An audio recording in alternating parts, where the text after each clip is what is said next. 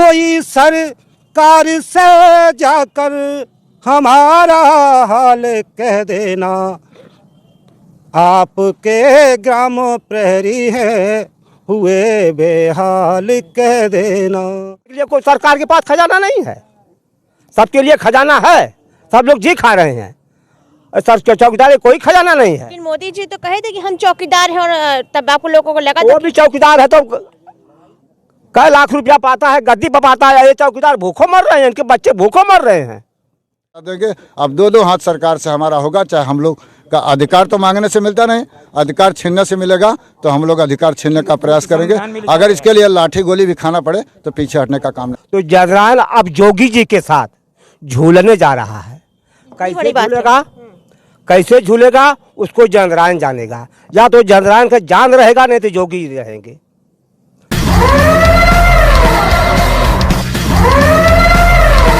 मैं ज़ैनब आकिल खान आप सबका स्वागत करती हूँ।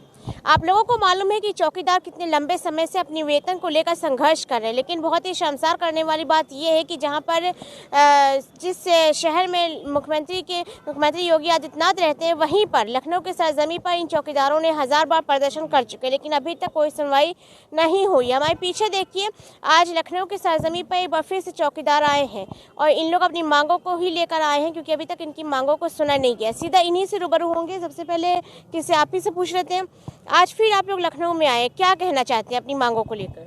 बोलिए जी। आज हम लोग एक अपनी मीटिंग कर रहे हैं, क्योंकि सरकार को बार बार हम लोग अपना ज्ञापन पत्र दे चुके, लेकिन सरकार हम लोगों के विषय में कुछ भी आज तक नहीं किया, जिसकी हम लोग रणनीति बनाने के लिए यहाँ एक मीटिंग कर रहे हैं। अपनी मांगों को लेकर क्या कहना चाहते हैं कि 2500 में गुजारा हो पाता है कि नहीं? नहीं मैम, नहीं। क्या दिक्कतें हैं? दिक्कत तो यह है मैम जी, 2500 रुपये में इस महंगाई में कुछ नहीं होता। ना तो बच्चे पढ़ पा रहे हैं और ना ही समय पे खाना बन पा रहा है घर में। और 2500 रुपये की बात है कि हम काफ़ी दिनों से, साल से प्रयास कर रहे हैं। हमने अनेक सांसदों को भी ज्ञापन दिया और धरना भी रखा ही को गार्डन में, लेकिन हम सक्सेस नहीं हो पा रहे और ना ही हमारे सरकार बात मान रही। कहाँ से आए? हम जिला सहारनपुर से हैं, थाना देवबंद, नाम विश्वास है। हमारी मांग यही है कि हमारा वेतन वृद्धि होनी चाहिए, क्योंकि हम काफ़ी समय से अपना धरना प्रदर्शन कर रहे हैं और हमारे माननीय मुख्यमंत्री योगी आदित्यनाथ हमारे काम नहीं कर रहे हैं, ना हमारी सुन रहे हैं। क्योंकि इतनी महंगाई में, आज की महंगाई में 2500 रुपये में क्या होता है। आज की महंगाई में अगर हम अपने बच्चों को डॉक्टर का दिखाते हैं तो 500 रुपये फीस लेता है। बताओ, उसमें हम अपने बच्चों को पढ़ाएं या उसे दिखाएं, बीमारी दिखाएं, अपना परिवार का पालन पोषण करें। तो हम अपने मुख्यमंत्री से कहना चाहते हैं कि हमारे वेतन वृद्धि होनी चाहिए और हमारा वो कहना राज्यसभा का दर्जा मिलना चाहिए। कहाँ से हैं? इटावा से। आप तो इसके पहले भी कई बार अपनी मांगों को लेकर शायद गाने के माध्यम से बोल चुके हैं ना। अच्छा, आज क्या कहना चाहते हैं? आज फिर आप लोग को आना पड़ा है। हम मुख्यमंत्री योगी आदित्यनाथ से यही कहना चाहता हूँ कि हम उत्तर प्रदेश में 70,000 की संख्या में हम चौकीदार भाई हैं, लेकिन आज हम मात्र 2500 रुपये में कैसे हम अपने बाल बच्चों को पढ़ाएं लिखाएं, कैसे उनके लिए पालन पोषण करें। इसके लिए मैं मुख्यमंत्री से गुहार लगाना चाहता हूँ, एक लाइन के माध्यम से, आपके चैनल के माध्यम से, कि कोई सरकार से जाकर हमारा हाल कह देना, कोई सरकार से जाकर हमारा हाल कह देना, आपके ग्राम प्रहरी है हुए बेहाल कह देना, आपके ग्राम प्रहरी हैं हुए बेहाल कह देना। और मैं कहना चाहता हूँ मुख्यमंत्री योगी आदित्यनाथ जी से कि दिया था आश्वासन जो आपने ग्राम प्रहरी को, दिया था आश्वासन जो आपने ग्राम प्रहरी को, लगाए आस बैठे हैं हुए बेहाल कह देना, कोई सरकार से जाकर हमारा हाल कह देना। और मैं कहना चाहता हूँ, देखिए जिस समय राम लक्ष्मण सीता वन को गए थे तो केवट ने सरयू से पार किया था, तो भगवान राम ने केवट को मजदूरी देने का कार्य किया था, मजदूरी में अंगूठी दी थी, ये सभी लोगों को मालूम है। तो कहना है मेरा, किया जब पार सरजू से दई थी राम मजदूरी, तो उसी मजदूरी की बात मैं कर रहा हूँ कि हम चौकीदार भाइयों को मजदूरी मिलना चाहिए। तो कहना है मेरा, किया जब पार सरजू से दई थी राम मजदूरी, कि अयोध्या नाथ आप भी नाथ, उधर अयोध्या नाथ थे, इधर योगी आदित्यनाथ हैं। तो कहना चाहता हूँ, उस समय के भगवान रामचंद्र राजा थे, इस समय के योगी आदित्यनाथ राजा हैं। तो मैं गुहार लगाता हूँ हम सभी चौकीदार भाई कि अयोध्या नाथ आदित्यनाथ फर्क क्यों है बता देना, कोई सरकार से जाकर हमारा हाल कह देना। और कहना है कि रविंदर आपका सेवक, रविंदर नहीं, हमारे समस्त उत्तर प्रदेश के चौकीदार भाई आपके सेवक हैं, आपके कहने अनुसार हम लोग ड्यूटी करते हैं, दिन रात ड्यूटी करते हैं। तो कहना है मेरा कि प्रहरी आपके सेवक करें ड्यूटी रात दिन को,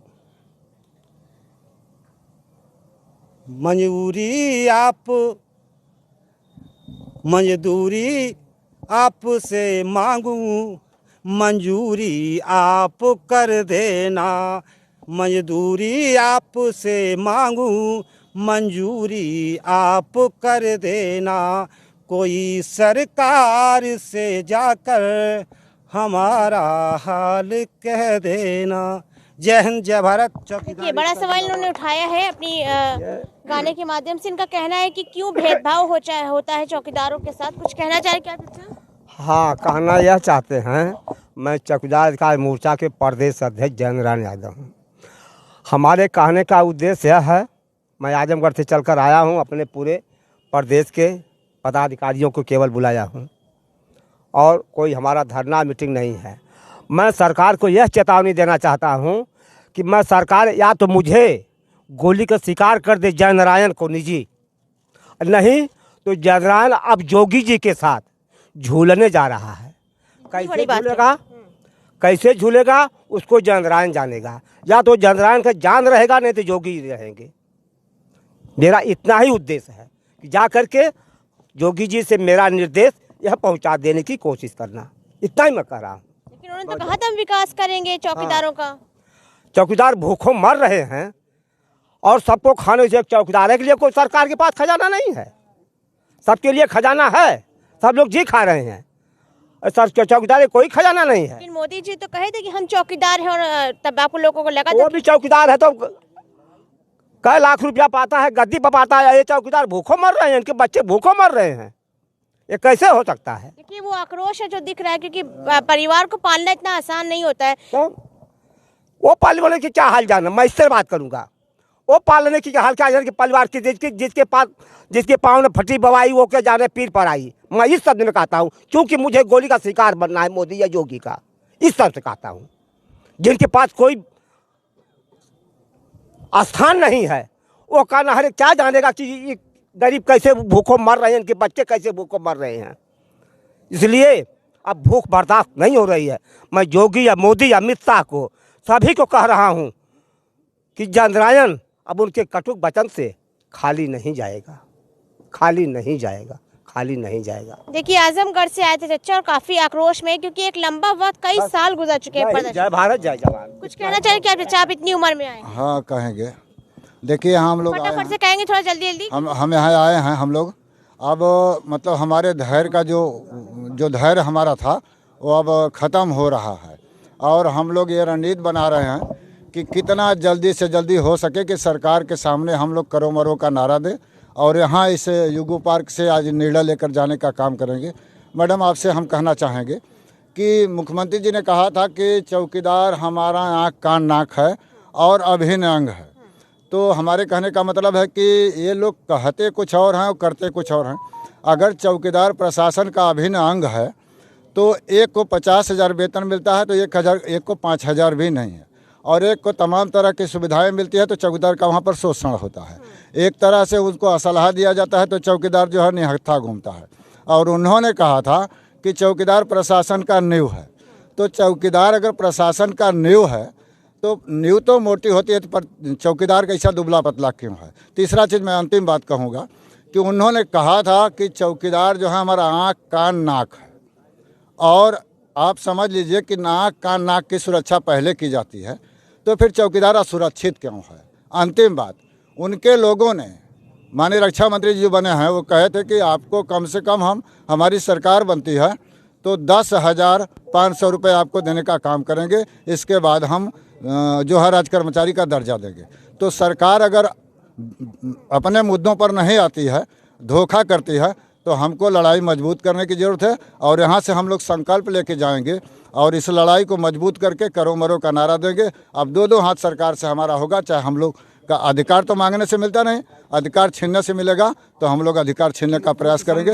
अगर इसके लिए लाठी गोली भी खाना पड़े तो पीछे हटने का काम नहीं। क्या नाम है? प्रेम कुमार पासवान। देखिए, प्रेम कुमार जी ने काफ़ी सारे सवाल उठाए हैं कि इतना भेदभाव क्यों हो रहा है। दूसरा इन्होंने सवाल उठाया कि किस तरीके से आज चौकीदारों का शोषण हो रहा है थानों पर।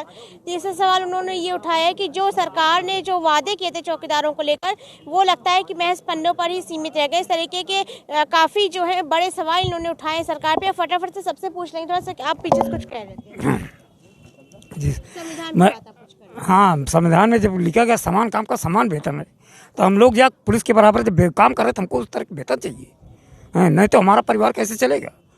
हैं, इसलिए मैं अपने चौकीदार भाइयों से सबसे अनुरोध कर रहा हूँ सरकार से कि हमारे लोगों का वेतन बढ़ाए और हम लोगों का सम्मानजनक वेतन दे।